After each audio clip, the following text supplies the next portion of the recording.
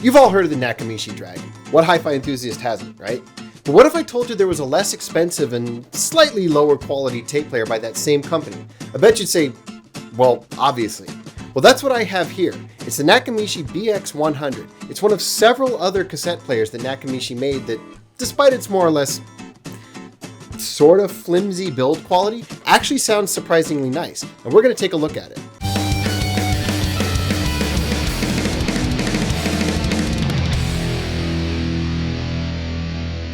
I don't know how long this video is going to be. As time goes on and I show more and more pieces of equipment, the features start to become redundant. So I don't like to repeat myself too much when it comes to what things do.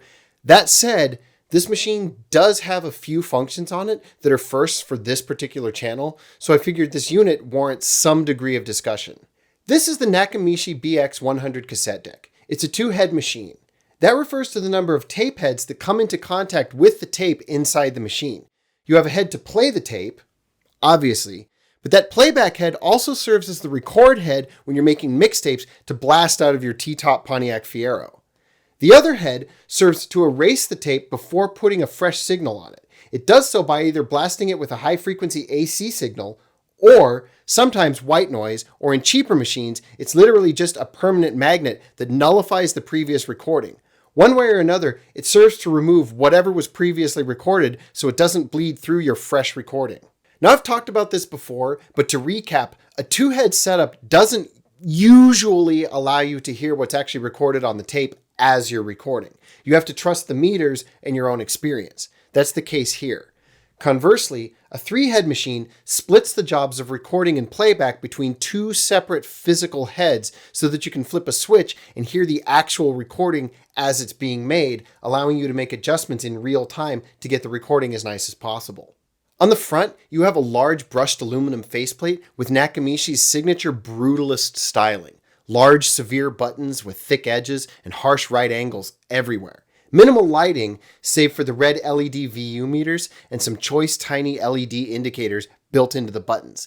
The face says, listen, don't look. However, that doesn't mean you're not rewarded for a closer look. My personal favorite part is the thick raised acrylic panel over the VU meters and the tape counter.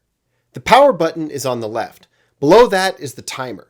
As you know, that's there so that you can activate the machine remotely with a light switch or electric timer, or use it as an alarm clock, or to record a radio broadcast at a specific time while you're away. Like a DVR, but in the 80s, and not for video.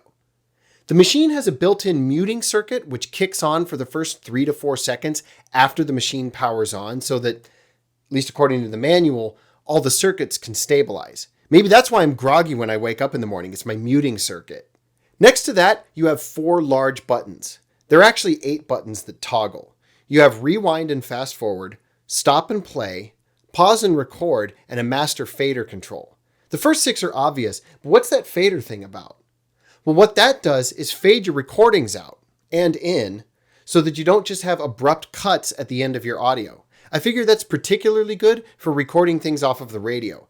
And I really like how the lights on the button fade in and out with the action of the audio itself. One note on the operation, fading out is straightforward. You just hit it. But to fade in, you want to stand by the recording function by pressing record by itself so that it's engaged. Then hit the fade out so that it's ready, wait for the light to come on, then you hit play to start recording, and then tap fade in.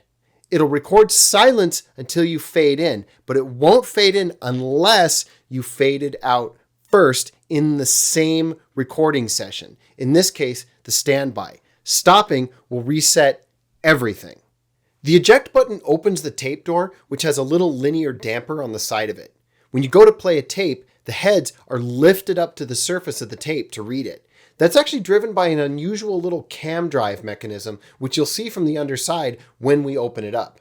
There are indeed 3 motors, as it says, rather than one to do everything, which a lot of machines fall back on.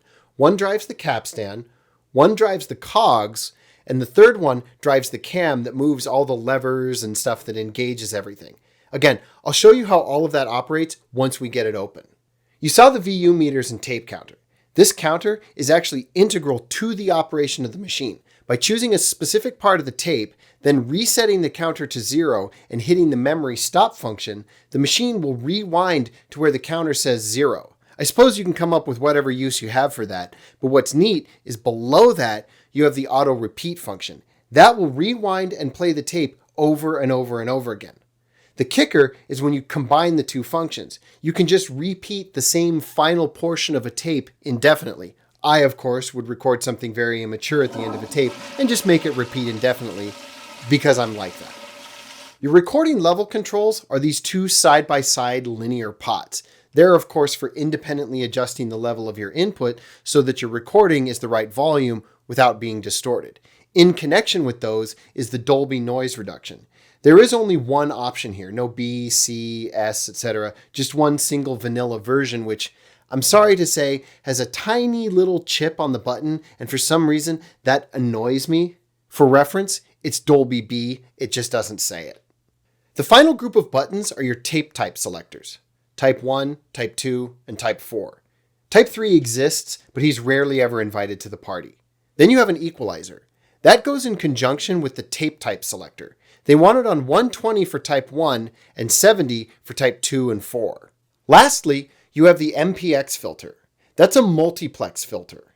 It's meant to be off all the time unless you're recording from FM radio with a stereo multiplex signal. According to the manual, FM multiplexing from the radio can screw with the Dolby hardware and make your tapes burn your flesh like the Silmarils did to all mortal and evil hands. For those that have never used a cassette deck before, remember that when you want to record a tape, you have to press record and play at the same time. Just pressing record will only put this machine into standby. But that also allows you to set your recording levels in advance. Normally, I like to put a tape machine into standby before I record anyway, because there's usually a delay between when you press the button and when the thing starts recording. But this machine is remarkably responsive. Around the back, there's very little going on. You have your standard branding, though conspicuously absent is the UL listed badge I see on a lot of this kind of stuff, which can only mean one thing. There are only two pairs of RCA jacks on the back, the input and the output. Those, of course, hook to the input and output of your amplifier like we talked about in the previous video. Okay, so that's the outside. Are you ready to open this thing up? To get the top off, you just toss it some beads. To get the top off, you just undo the two screws on the right and the two on the left. The lid comes right off and you can see the hole inside. The power supply is in the back. Then you have a pair of 250 volt 2 amp fuses soldered directly to the PCB. Changing them would require you to do some soldering, but don't worry, that's really simple if you've never done it since they're large and easy to reach. Let's get that bottom panel off though, because there's some stuff under there to look at that I want to show you. To get it off, you just remove these 7 screws. The tape transport motors are visible right behind the door.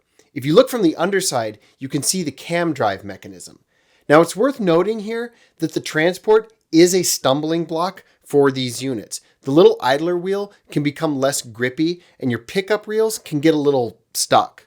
Sometimes you can mitigate that problem just by cleaning them and they'll be fine. Other times you have to replace the idler tire itself.